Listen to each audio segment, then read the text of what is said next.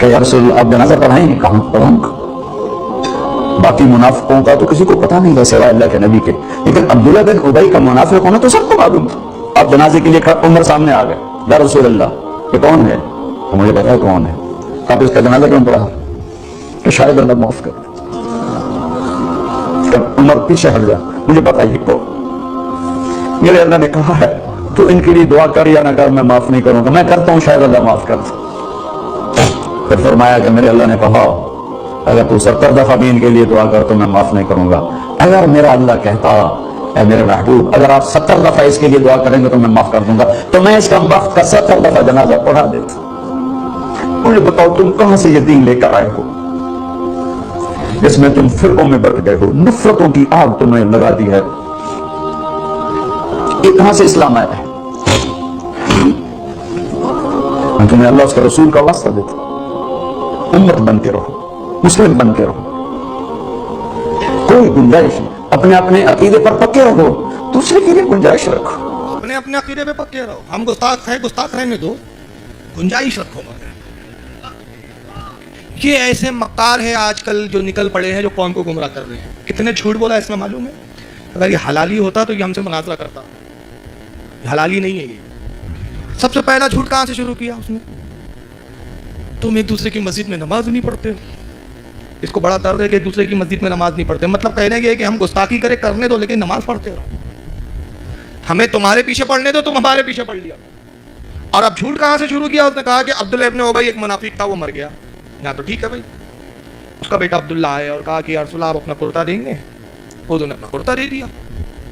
پھر حضور نماز پڑھانے کے لیے نکلے. حضرت عمر نے روکا، کہا یا رسول اللہ آپ اس کی نماز جنازہ پڑھائیں گے؟ حضور نے فرمایا کہ ہاں میں پڑھاؤں گا، اگر میرا رب کہتا ہے کہ اے محمد اگر آپ 70 بار اس کے لیے استغفار کرے تو میں بخش دوں گا، تو میں 70 بار اس کے لیے استغفار کرتا ہوں. میں نماز جنازہ پڑھاؤں گا، شاید میرا رب اس کو بخش دے. یہ سب جھوٹ ہے، اس میں کچھ بھی نہیں ہے صحیح. سچائی کہاں ہے معلوم ہے؟ مکار دیکھو کتنے ادھورا اسلام پیش کرتے ہیں، ادھورا. اصل معاملہ یہ ہے کہ عبداللہ ابن ابی ایک منافق تھا، رئیس المنافق جس کو کہا گیا، سب سے بڑا منافق، مدینے کا سب سے بڑا منافق. یہ بہت اونچا پورا تھا. جب غزوہ بدر واقع ہوا تو بدر کے اندر حضور کے چچا حضرت عباس بھی قیدی بن کر آئے. وجہ یہ تھی کہ حضرت عباس اس وقت مشرکوں کے ساتھ آئے تھے، اسلام کا اظہار نہیں کیا تھا انہوں نے. اور جب وہ آئے قیدی بن کر قید میں لائے گئے تو ان کے کپڑے وغیرہ کافی پھٹ گئے تھے جنگ کے حالات سے. سردی کے دن تھے اور حضرت عباس سردی کی وجہ سے بدن ان کا کانپ رہا تھا. تو اللہ کے نبی نے فرمایا کوئی ہے جو میرے چچا کو کرتا دے دے. چچا تھے، چچا کی وجہ سے کچھ نرم گوشہ تھا. اور حضور جانتے تھے کہ یہ خود نہیں آئے بلکہ مشرکین زبردستی لائے ہیں. دل کے اندر ایمان تھا ان کے، اور انہوں نے بعد میں اظہار بھی کیا. مشرکین زبردستی لائے تھے ان کو کھینچ تان کے. حضور نے کہا کوئی میرے چچا کو کرتا دے دے. کچھ صحابہ کرام نے اپنے اپنے کرتے نکال کر دیے، لیکن وہ اتنے اونچے پورے تھے حضرت عباس کسی کا کرتا پورا آ ہی نہیں رہا تھا. عبداللہ ابن ابی بھی بڑا اونچا پورا تھا، اس نے اپنا کرتا اتارا، حضرت عباس کو دے دیا، حضور کے چچا کو کرتا پورا آ گیا. عبداللہ ابن ابی مرا تو اللہ کے نبی کو اللہ نے غیب دیا تھا. حضور جانتے تھے اس کی نماز جنازہ پڑھانے سے اس کو کوئی فائدہ نہیں ملے گا، لیکن اس سے اسلام کو ضرور فائدہ ہو جائے گا.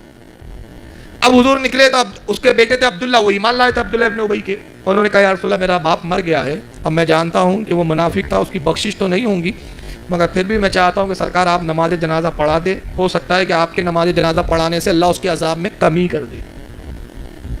اور یہ کیا کہہ رہا ہے؟ اس کو واقعی کوئی پلٹ دیا. حضور نے کہا شاید اللہ اس کو معاف کر دے. منافق کبھی معاف کیے نہیں جاتے. یاد رکھیے کافر اور منافق کبھی جنت میں نہیں جاتے. اللہ تعالیٰ اپنے وعدے سے پھرنے والا نہیں ہے. جب اس نے فرما دیا کہ منافقوں کے لیے جہنم کا سب سے نچلا طبقہ ہے تو نچلے طبقے میں ہی جائیں گے. اب اللہ کے نبی آئے اور اس کے بعد حضور نے اس کو قبر میں رکھ دیا گیا تھا اور دفن کرنے کی تیاری ہو رہی تھی. سرکار نے کہا اس کی جسم کو باہر نکالو، اس کی لاش کو نکالو.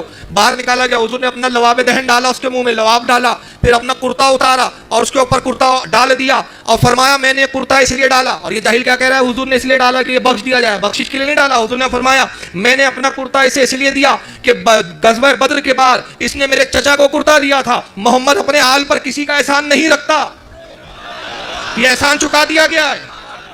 اور پورا واقعی بدل دیا کمینے نے. اور میرے دیش میں آ کے دیکھو کتنی عورتیں بیوہ ہو گئی، تم لڑ رہے ہو. اچھا یہ بیوہ کیا کس نے؟ یہ بتاؤ یار ذرا. ایک امت بن کے رہو. میں نے کہا طارق جمیل مکار یہ سبق سنیوں کو سکھا رہا پلپلا بنانے کے لیے.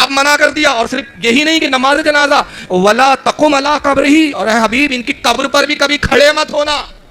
نماز پڑھنا تو بہت دور کی بات ہے، یہ منوس تو اس لائق نہیں کہ مرنے کے بعد ان کی قبر کے پاس کھڑے ہو. مجھے بتاؤ یہ اتنے بدترین کہ ان کی قبر کے پاس کھڑا ہونا جائز نہیں، تو جب یہ زندہ ہو تو ان کی صحبت میں بیٹھنا کیسے جائز ہوگا؟ آئندہ بھی ان کی قبر پہ بھی نہ کھڑے ہونا. اب میں چیلنج کرتا ہوں ان وہابیوں کو، تم کہتے ہو کہ حضور نے تو منافق بھی پڑھ لی، تو ہم منافق صحیح، دل میں گنجائش رکھو، ہمارے پیچھے تم نماز پڑھ لو، ہمیں تمہارے پیچھے پڑھنے دو. تو اگر تم سچے ہو تو ایک ایسی روایت، ضعیف سے ضعیف بھی روایت بتا دو کہ اس آیت کے بعد، اس آیت کے نزول کے بعد رسول اللہ نے کسی منافق کی نماز جنازہ پڑھائی ہو. بتا دو. نہیں، بلکہ اس کے بعد کیا کیا رسول اللہ نے معلوم ہے؟ جاؤ طبرانی معجم الاوسط اٹھاؤ، تفسیر کبیر اٹھاؤ، تفسیر خازین اٹھاؤ، ساری کتابیں اٹھا کے دیکھو. اس سورہ توبہ کی ایک آیت نازل ہوئی جس کا مفہوم یہ اللہ نے فرمایا حبیب ان قریب یہ دوہرے عذاب میں مبتلا ہوں گے. تو نبی پاک جمعے کے دن کھڑے ہوئے، یہ سلوک کیا رسول نے. اس کے بعد اب جمعے میں کھڑے ہوئے، اور کھڑے ہونے کے بعد خطبہ ارشاد فرمایا، اور دوران خطبہ ایک ایک منافق کی طرف دیکھا. مسجد میں منافق بھی بیٹھے ہوئے، سارے منافق بیٹھے مسجد نبوی میں. انہوں نے فرمایا یا فلاں ابن فلاں قوم، اے فلاں ابن فلاں کھڑے ہو، فخرج فإنک منافق، چل باہر نکل تو منافق ہے، نکل مسجد سے باہر. اے فلاں ابن فلاں قوم کھڑے ہو، فخرج، چل باہر نکل، فإنک منافق، تو منافق ہے. صحابہ کہتے ہیں قسم خدا کی رسول اللہ ایک ایک شخص کا نام لے کر کھڑے کرتے. اور البدایہ والنہایہ میں ابن کثیر نے بڑی تفصیل سے لکھا ہے روایت، اور البدایہ والنہایہ کا جو مصنف ابن کثیر ہے انہی کی جماعت کا گرو گھنٹال ہے. بہت مانتے ہیں یہ لوگ، ہم تو خاموشی اختیار کرتے ہیں ان کے بارے میں، لیکن یہ لوگ اپنا بزرگ کو پیشوا مانتے. البدایہ میں لکھتے ہیں کہ بعض صحابہ کرام کھڑے ہوئے اور وہ اس انتظار میں کہ میرے قبیلے کے منافقوں کا نام لے تو آج موقع ہے کہ اپنی پوری جو ہے بھڑاس نکال لوں. حضرت ابو ایوب انصاری رضی اللہ تعالیٰ نے ان کے قبیلے کے منافق کا نام لیا. حضور نے ان کے قبیلے کے کچھ منافقوں کا ایک فلاں اٹھ اٹھ اٹھ اٹھ، جیسے وہ کھڑے ہوئے حضرت ابو ایوب آئے ان کی داڑیاں پکڑ کے کھینچنے لگے، چلو نکلو کمین کے بچوں باہر، چلو جاؤ ابن کثیر کی البدایہ دیکھ لو. داڑھی پکڑ کے نکالا، اس میں ایک صحابی جن کا نام ابو محمد ہے وہ کھڑے ہوئے اور دیکھ رہے کہ میرے قبیلے کے منافقوں کا نمبر کب آتا ہے. آج سب حضور نکال رہے ایک ایک کو. جیسی حضور نے ان کے قبیلے کے منافقوں کا نام لیا تو ان کے قبیلے کے کچھ زیادہ تھے، انہوں نے کہا کس کس کی داڑھی پکڑوں، ایک ہو تو داڑھی پکڑوں، یہاں تو بہت سارے دکھ رہے میرے قبیلے کے. تو کھڑے ہوئے انہوں نے اپنا امامہ کھولا اور دو چار کی گردن میں ایسا لپیٹا، پیچھے سے سر پہ ٹپو مارتے تھے، نکل خبیث کے بچے نکلو. صحابہ کرام نے ایسے ذلیل کر کے نکالا. ملا علی قاری مرقات شرح مشکات میں فرماتے 700 منافقوں کو حضور نے اس دن نکالا. اتنے منافقوں کو 700 منافق. یہ منافق بڑے پکے نمازی ہوتے، اس کا بھی والے ایک دوسرے کے لیے گنجائش رکھو، نماز پڑھنے دو، گستاخی کر رہے کرنے دو، لیکن نماز مت چھوڑنے دو ہمیں.